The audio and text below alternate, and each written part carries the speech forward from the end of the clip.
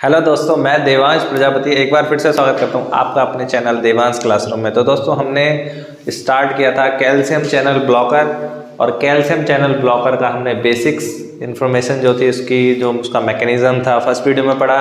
Second video में हमने उसका पढ़ा इंडिकेशन क्या क्या है, कहाँ पे हम उन ड्रगों को, जो उनकी जो दो हमने वैरायटी बताई थी, दो टाइप्स थे उनके, डिहाइड्रोपायरिडिन और नॉन डिहाइड्रोपायरिडिन जो ग्रुप्स थे, उनके कहाँ कहाँ पे हमें यूज़ करना है, कौन सा ड्रग कहाँ यूज़ करना है, क्या उनके इंडिकेशन है, कौन सा ड्रग कहाँ यूज़ नहीं करना है। ठीक है, मैंने बताया भी था कि कहाँ यूज़ करना है उससे ज़्यादा महत्व रखता है कि कहाँ यूज़ नहीं करना है। ठीक है, क्योंकि हमें अगर नहीं पता कि इसको इस कंडीशन में यूज़ नहीं करना था तो वो किसी पेशेंट के लिए जानलेवा हो सकता है। ठीक है, मान लीजिए आपको ये तो पता है कि इंडिकेशन इसके क्या है, आपको पता है कि बीपी लो करता है, ठीक है, किसी का बीपी हाई है, लेकिन पेशेंट कोरोनरी आर्टरी डिजीज़ का था, आपने डिहाइड्रोपायरिडिन दी, हार्ट रेट बढ़ा, पेशेंट ख़त्म, तो कुछ भी हो सकता है। तो इसके लिए आपको कहाँ यूज़ नहीं करना है, कॉन्ट्रा इंडिकेशन का होना पता होना बहुत ज़रूरी है। ठीक है, और आज हम बात कर रहे हैं साइड इफेक्ट के बारे में कि जो हमने कैल्शियम चैनल ब्लॉकर पढ़ा, ठीक है, तो उस कैल्शियम चैनल ब्लॉकर को यूज़ करने के बाद क्या क्या पेशेंट के अंदर साइड इफेक्ट देखने को मिलते हैं। ठीक है, क्योंकि पेशेंट जब उनको रेगुलरली खाएगा तो कुछ ना कुछ साइड इफेक्ट लेके भी वो आएगा। और जब बहुत सारे मतलब पेशेंट हो सकता है कि एक की जगह बहुत सारे ड्रग यूज़ कर रहा हो, ठीक है, हो सकता है उसको बहुत सारे जो भी कोमॉर्बिडिटीज़ होती हैं और भी चीज़ें हैं, वो बहुत सारी इसको डिजीज़ हो सकती हैं, वो बीपी की भी ले रहा है, वो शुगर की भी मेडिसिन ले रहा है, हर चीज़ की ले रहा है वो, लेकिन हर मेडिसिन के एक स्पेसिफिक साइड इफेक्ट होते हैं। ठीक है, तो उससे हम पहचान सकते हैं कि हाँ भाई इस मेडिसिन की वजह से ये साइड इफेक्ट आ रहा है, तो हम उसको चेंज करेंगे तो उसमें ये मदद करेगा। ठीक है, तो आज हम साइड इफेक्ट के बारे में बात करेंगे। ठीक है, देखो मैंने बताया था कैल्शियम चैनल ब्लॉकर कैल्शियम को ब्लॉक करेगा, और ब्लॉक करने के बाद वो हमारा वैसोडाइलेशन करता है, आर्टरी को डायलेट करता है और हार्ट रेट को कम करता है। ठीक है, हार्ट की कॉन्ट्रैक्टिलिटी को कम करता है। ठीक है, पल्स को स्लो कर देता है। अब देखिए साइड इफेक्ट के बारे में पढ़ते हैं। देखिए इसका जो पहला साइड इफेक्ट आता है, जो मैंने आपको कल भी बताया था, वो है हमारा रिफ्लेक्स टैकीकार्डिया। जब मैंने आपको बताया था कि डिहाइड्रोपायरिडिन ग्रुप के हम ड्रग के यूज़ करते हैं जो कैल्शियम चैनल ब्लॉकर, जैसे एम्लोडिपिन, निफिडिपिन और निफिडिपिन हो गया, इस ग्रुप के जो ड्रग होते हैं, ठीक है, जब हम इनको यूज़ करते हैं डिहाइड्रोपायरिडिन ग्रुप के ड्रग्स को, तो ये वेसल्स पे काम करते हैं। क्या करते हैं, वेसल को ये डायलेट कर देते हैं। वेसल को इन्होंने डायलेट कर दिया, वेसल को डायलेट करा, बीपी फॉल कर गया। बीपी जैसे ही फॉल करता है तो बॉडी के अंदर क्या है, हमारे हार्ट के ऊपर लगे होते हैं कुछ प्रेशर रिसेप्टर। ठीक है, हार्ट के ऊपर मान लीजिए ये हार्ट है, ऐसे नॉर्मल बता रहा हूँ बना के ऐसा कुछ, ये मान लीजिए हार्ट है हमारा, ठीक है, इसके ऊपर ना कोई एक यहाँ पे इस टाइप से आर्च ऑफ अयोर्टा के पास कुछ एक बैरो रिसेप्टर लगे होते हैं, इस तरीके से होते हैं बैरो रिसेप्टर्स। ये रिसेप्टर है एक प्रकार का जो प्रेशर को मापता है, कितना प्रेशर है। तो क्योंकि पेशेंट का बीपी लगातार है, ये मान लीजिए पेशेंट का बीपी 160/100 चल रहा है, तो ये इसको लगातार देख रहा है, उसको देखता रहता है लगातार। ठीक है, अब इसने इसको सेंस किया, मतलब सेंस करेगा ये, तो बहुत समय से 160 चल रहा है बीपी, ठीक है, जैसे बीपी कम होगा ना अचानक से, मान लो आपने ये डिहाइड्रोपायरिडिन दिया, कैल्शियम चैनल ब्लॉकर दिया, वेसल्स डायलेट करी, बीपी फॉल किया, और बीपी मान लो 120/80 आ गया, तो क्या होगा, एकदम से जब बीपी फॉल होता है तो इसको लगता है कि कुछ गड़बड़ है, ये इसको सेंस करता है कि बीपी लो हुआ तो कुछ गड़बड़ है। तो इस क्या करता है, ब्रेन को सिग्नल देगा, मतलब हमारे सेंट्रल नर्वस सिस्टम को, और सेंट्रल नर्वस सिस्टम को सिग्नल देता है कि बीपी फॉल कर रहा है, बीपी को बढ़ाओ। तो फिर सेंट्रल नर्वस सिस्टम क्या होता है, हार्ट को सिग्नल देता है और हार्ट रेट को बढ़ा देता है। तो हार्ट रेट को बढ़ा देता है तो पेशेंट को पाल्पिटेशन होने लगता है। क्या होगा, पाल्पिटेशन होने लगता है। पाल्पिटेशन का मतलब क्या होता है कि अपनी हार्ट रेट जो है हमको खुद से सुनाई देने लगे कि हम बैठे हैं और हमको तब तक, जैसे आप कहीं डर जाते हैं, भागते हैं या कोई एक्सरसाइज करते हैं, उसके बाद आपको ऐसा महसूस होता है कि आपके हार्ट रेट जो है आपको सुनाई दे रही है, उसको बोलते हैं कंडीशन को पाल्पिटेशन। तो इसमें पाल्पिटेशन होने लगता है, हम उसको कह सकते हैं टैकीकार्डिया। तो ये जो टैकीकार्डिया होता है वो रिफ्लेक्स होता है, क्या बॉडी उसको रिफ्लेक्स करती है। ठीक है, तो इसके वजह से क्या हो सकता है, जो डिहाइड्रोपायरिडिन ग्रुप के ड्रग है, एम्लोडिपिन, निफिडिपिन, है ना, ये जो ड्रग होते हैं, इनके वजह से रिफ्लेक्स टैकीकार्डिया होता है। जबकि नॉन हाइड्रोपायरिडिन जो होते हैं उनके वजह से ये साइड इफेक्ट देखने को नहीं मिलता, क्योंकि वो कार्डियो सिलेक्टिव ड्रग होते हैं, क्योंकि वो खुद हार्ट रेट को कम करते हैं। कौन से? नॉन डिहाइड्रोपायरिडिन से वेरापामिल, टिल्टियाज़म है, उनसे ये साइड इफेक्ट नहीं आता। ये सिर्फ आएगा डिहाइड्रोपायरिडिन ग्रुप के ड्रग एम्लोडिपिन, निफिडिपिन, इन सब से ये साइड इफेक्ट देखने को हमें मिलता है। अब है हमारा दूसरा पेरिफेरल एडिमा।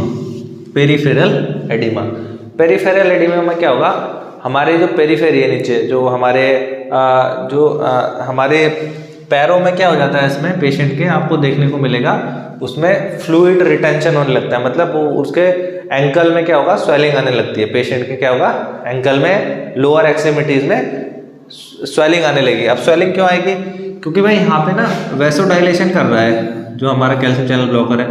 तो जब वैसोडाइलेशन होता है तो जो हमारी वेसल्स हैं, ये तो मान लो पहले ये नॉर्मल स्टेज में है, जब वैसोडाइलेशन होगा तो इनके अंदर क्या होता है, परमिएबिलिटी जो होती है बढ़ जाती है। तो इनके अंदर परमिएबिलिटी बढ़ेगी तो छोटे छोटे होल्स हो जाते हैं, और जब होल्स होंगे तो ये फ्लूइड क्या होगा, लीक करके बाहर आ जाता है। ठीक है, फ्लूइड लीक करके बाहर आ जाएगा, और बाहर आ जाएगा तो बाहर हमारा स्किन के पास एक्स्ट्रावेस्कुलर कंपार्टमेंट में क्या हो जाएगा, जमा होने लगेगा, और उसके वजह से क्या होगा, पेशेंट के एंकल में या लोअर एक्सट्रीमिटीज में क्या होगी, स्वेलिंग होने लगेगी, या हम कह सकते हैं उसको एडिमा डेवलप होने लगेगा। और एडिमा डेवलप होने का रीजन क्या है हमारा, वैसोडाइलेशन। जब वैसोडाइलेशन ज़्यादा हो जाएगा तो फ्लूइड रिटेंशन होने लगता है नीचे की ओर, क्या होगा, फ्लूइड क्या होगा, यहाँ से लीक करके यहाँ पे जमा होने लगेगा। ठीक है, इस तरीके से।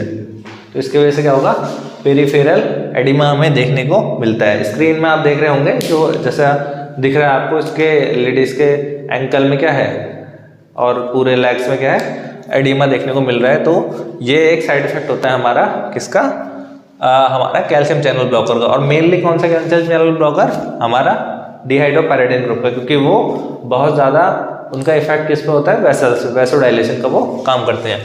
थर्ड है यहाँ पे हमारा ऑर्थोस्टैटिक हाइपोटेंशन।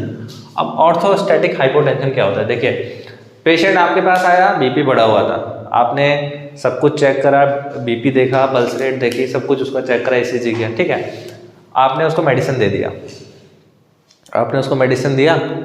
मेडिसिन देने के बाद क्या होता है, पेशेंट बीपी वगैरह की तो कोई खबर लेके नहीं आया कि बीपी मेरा कम हुआ या नहीं हुआ। वो आपके पास आता है कि डॉक्टर साहब मैं आपके पास आया, आपने जो मेडिसिन दी उसे खाने के बाद जैसे ही मैं बेड से उठता हूँ या कहीं पे बैठ जाता हूँ, बैठने के बाद एकदम से उठता हूँ तो मुझे चक्कर आने लगते हैं, या एकदम से क्या हो जाता है, ब्लैकआउट हो जाता है, एकदम से आंखों के आगे अंधेरा हो जाता है। मान लीजिए मैं लेटा थोड़ी देर के लिए, अचानक से उठा तो मुझे चक्कर आने लगेगा या अंधेरा होने लगेगा।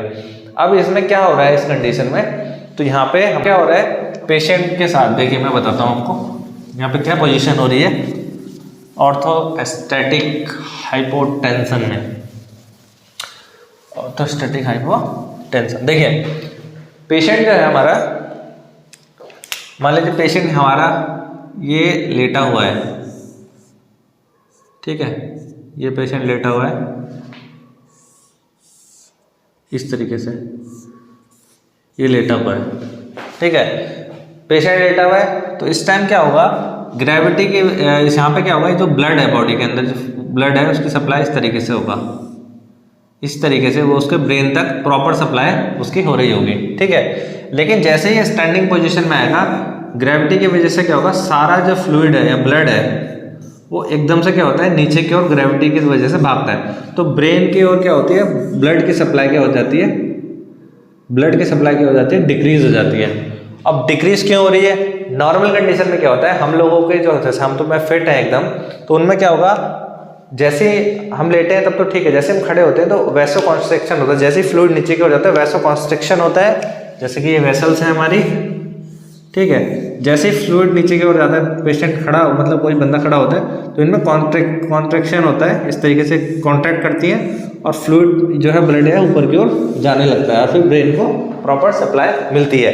लेकिन वैसो कॉन्स्ट्रिक्शन या आर्टेरियो कॉन्ट्रैक्शन होता है, उससे ब्लड सप्लाई प्रॉपर ब्रेन को मिल जाती है। लेकिन हम क्या कर रहे हैं, हम तो खुद को कैल्शियम चैनल ब्लॉकर को यहाँ यूज़ कर रहे हैं, वैसोडाइलेशन का काम कर रहे हैं हम। तो कैल्शियम चैनल ब्लॉकर की वजह से ये कॉन्ट्रैक्शन क्या है हमारा नहीं हो पाता है, और इस कॉन्ट्रैक्शन के नहीं ना होने के कारण क्या होगा, जैसे ही पेशेंट खड़ा होता है ब्लड एक ब्रेन से नीचे की ओर आएगा और ये कॉन्ट्रैक्ट नहीं करेगा तो प्रॉपर ये दोबारा से नहीं ऊपर की ओर नहीं जा पाएगा, वेनस रिटर्न नहीं होगा। जैसे कि हार्ट होता है, ये हमारा हार्ट है, यहाँ से उसमें ब्लड सप्लाई होती है और यहाँ से फिर ये रिवर्स होता है। तो जो वेनस रिटर्न हो रहा है यहाँ से ये स्क्वीज करेगा, एकदम से कॉन्ट्रैक्ट करेगा और वेनस रिटर्न होता है, फिर वो हार्ट की ओर पंप करता है। तो ये चीज़ इसमें नहीं होने की वजह से क्या होता है, पेशेंट को एकदम से खड़ा होने के बाद उसका ब्लड प्रेशर डाउन जाता है और ब्लड प्रेशर डाउन जाने की वजह से क्या होगा, हमारा ब्रेन को सप्लाई नहीं मिलती है और उसको चक्कर आने लगता है। कई बार पेशेंट ब्लैकआउट हो जाता है, कई बार इतना ज़्यादा हो जाता है कि पेशेंट खड़ा उठा एकदम से नीचे गिर जाता है, ठीक है, खड़े होके नीचे गिर जाता है, ठीक है। डायबिटीज़ के पेशेंट में भी देखने को मिलता है, वो बहुत ज़्यादा जब एंटी हाइपरटेंसिव ड्रग का यूज़ कर लेते हैं तो उसमें ऐसा होने लगता है। इसे बोलते हैं हम ऑर्थोस्टैटिक हाइपोटेंशन। अब ऑर्थोस्टैटिक हाइपोटेंशन को कंडीशन क्या है, मान लीजिए पेशेंट का आपने जब वो लेटा है तब मान लीजिए 140 है, 140/100 उसका बीपी है, लेकिन जब वो खड़ा हुआ, ठीक है, उसके बाद अगर उसका बीपी सिस्टोलिक 20 और डायस्टोलिक 10 अगर इससे नीचे फॉल हो जा रहा है, 20 से नीचे, यानी कि ये अगर 118 या ये हमारा 90 से नीचे जा रहा है, 85 अगर इतना हो रहा है तो उसका मतलब पेशेंट के अंदर ऑर्थोस्टैटिक हाइपोटेंशन है। इस पेशेंट को हम ये सलाह देंगे कि क्या करे, वो जब भी वो बेड से उठे अचानक से ना उठे, धीरे धीरे करके आराम आराम से वो उठे। तब तक क्या होता है, थोड़ा सा ये हमारा वेसल्स जो है हमारे उसको मैनेज कर लेती हैं, अचानक से वो मैनेज नहीं कर पाती हैं कैल्शियम चैनल ब्लॉकर की वजह से, ठीक है। तो उसको हम यही सलाह देंगे कि जब भी उठे, खड़े हों, बैठे तो आराम से हो, एकदम से अचानक से ना हो, ये इसमें सलाह रहती है, ठीक है। एडवाइस हमारी ये रहेगी इसमें। फिर है हमारा जिंजिवल हाइपरप्लेजिया। इसमें क्या होता है, इसमें क्या होगा, पेशेंट जो बहुत टाइम से हमारा कैल्शियम चैनल ब्लॉकर ले रहे हैं उसके जो मसूड़े होते हैं उनमें क्या होगी, स्वेलिंग आने लगती है, ठीक है, उनमें क्या होगी, स्वेलिंग आने लगती है। ये भी इसका एक साइड इफेक्ट होता है। स्क्रीन में आप देख रहे हैं इस तरीके से क्या है, उस पेशेंट के जो है जो गम्स हैं वो उनमें इन्फ्लामेशन होने लगती है, ठीक है। इसे बोलते हैं हम जिंजिवल हाइपरप्लाजिया। फिर है फ्लशिंग। अब देखो वैसोडाइलेशन हो रहा है, वैसोडाइलेशन की वजह से मैंने आपको बताया कि कुछ फ्लूइड जो है, ब्लड वगैरह जो है हल्का सा हमारा लीकिंग प्रॉपर्टीज के अंदर आती है, लीक करने लगता है। तो उसके वजह से क्या होगा, पेशेंट की स्किन जगह जगह से क्या होगी, रेड होने लगेगी, क्योंकि वहाँ पे लीक हो रहा है वैसोडाइलेशन की वजह से, ठीक है, लीक होने लग रहा है, ब्लड लीक हो रहा है या फ्लूइड लीक हो रहा है, इस वजह से वैसोडाइलेशन की वजह से क्या होगा, स्किन जो है उसकी फेस की या और जगह की क्या होगी, आपको रेड दिखने लगेगी, फ्लशिंग होने लगेगी। स्क्रीन में आप देखिए फोटो, इस तरीके से रेड होने लगता है। ये भी एक उसका साइड इफेक्ट है। इससे भी आप समझ सकते हैं कि अगर पेशेंट उसका यूज़ कर रहा है लगातार तो सही है, हो सकता है। फिर है कॉन्स्टिपेशन। भाई कॉन्स्टिपेशन क्या होगा, हम जब फूड खाते हैं, फूड खाने के बाद हमारा इंटेस्टाइन में जाता है और इंटेस्टाइन में भी हमारे क्या होती हैं, इंटेस्टाइन में हमारी मसल्स होती हैं, स्मूथ मसल्स होती हैं। देखो स्मूथ मसल्स वेसल्स में भी होंगी, लेकिन कहाँ कहाँ होती हैं, और वो हमारी इंटेस्टाइन में भी होती हैं। और इंटेस्टाइन क्या करती है, फूड को आगे बढ़ाने के लिए उसके अंदर एक मूवमेंट होता रहता है जिसको हम बोलते हैं पेरिस्टाल्सिस मूवमेंट चलता रहता है। इस तरीके से वो क्या होती है, इस तरीके से उसमें मूवमेंट चलता रहता है और वो फूड को आगे भेजती रहती है, फूड आगे बढ़ता रहता है, मूवमेंट उसके अंदर पेरिस्टाल्सिस मूवमेंट चलता रहता है। लेकिन कैल्शियम चैनल ब्लॉकर के में इसमें भी स्मूथ मसल है मूवमेंट कराने के लिए, लेकिन मूवमेंट के लिए मैंने बताया था आपको मसल्स में मूवमेंट के लिए कैल्शियम की बहुत ज़्यादा रिक्वायरमेंट होती है, लेकिन हम यहाँ पे कैल्शियम को कर दे रहे हैं ब्लॉक। तो कैल्शियम ब्लॉक हो रहा है तो यहाँ पे क्या होगा, मूवमेंट बंद हो जाएगी या कम हो जाएगी, पूरी तरह से बंद नहीं होगी, कम हो जाएगी। तो जब मूवमेंट कम होगी तो फूड जो है हमारा डाइजेस्ट होने के बाद आगे नहीं बढ़ पड़ा इंटेस्टाइन में, तो उसकी वजह से क्या होगा, कॉन्स्टिपेशन डेवलप होगा। तो इन पेशेंट में क्या देखने को मिलता है, हमें कॉन्स्टिपेशन की शिकायत देखने को मिलती है। किन पेशेंटों में, हमारे कैल्शियम चैनल ब्लॉकर का पेशेंट यूज कर रहे हैं, ठीक है। तो ये सिम्टम इनमें देखने को मिल रहा है, ये मेन सिम्टम है, ठीक है। ऑर्थोस्टैटिक हाइपोटेंशन है, पेरिफेरल एडिमा है, रिफ्लेक्स टैकीकार्डिया, ऑर्थोस्टैटिक हाइपोटेंशन है ना, जिंजिवल हाइपरप्लेजिया, फ्लशिंग हो गई, कॉन्स्टिपेशन हो गया। तो ये जनरल सिम्टम है जो मेनली हमें ज़्यादातर देखने को हमें मिलते हैं, ठीक है। तो कैल्शियम चैनल ब्लॉकर का जो ये 3 लेक्चर थे ये पूरा फिनिश हो गया। मैकेनिज्म हमने पढ़ा, टाइप्स हमने पढ़े, कॉन्ट्राइंडिकेशन, इंडिकेशन और इसके साइड इफेक्ट हमने पढ़ लिए। ठीक है, इसके अलावा अगर आपको कुछ जानना है, आप जानना चाहते हैं कि हाँ कुछ रह गया है या आपको कुछ दिमाग में सवाल आ रहे हैं, तो आप कमेंट कर सकते हैं। ठीक है, और कमेंट में आप लिख सकते हैं कि आप किस बारे में जानना चाहते हैं या किसी चीज़ के किसी टॉपिक के बारे में वीडियो चाहते हैं, तो आप कमेंट कर सकते हैं। ठीक है, और अगर शायद आप अगर मेरी वीडियो पहली बार देख रहे हैं तो आप चैनल को ज़रूर सब्सक्राइब करें। ठीक है, और वीडियो को शेयर भी कर सकते हैं। अगर आपको लगता है कि वीडियो हेल्पफुल है तो आप अपने फ्रेंड्स में या जिस भी कॉलेज में आप पढ़ रहे हैं उसमें क्या है, जो भी आपके दोस्त हैं उनको शेयर कर सकते हैं। ठीक है, और कोई इसमें अगर प्रॉब्लम है तो कमेंट जरूर करें। ठीक है, ताकि हम इसमें भी सुधार कर सकें और आगे भी क्या है जो बेटर नॉलेज है वो प्रोवाइड करा सकें। तो थैंक यू वेरी मच।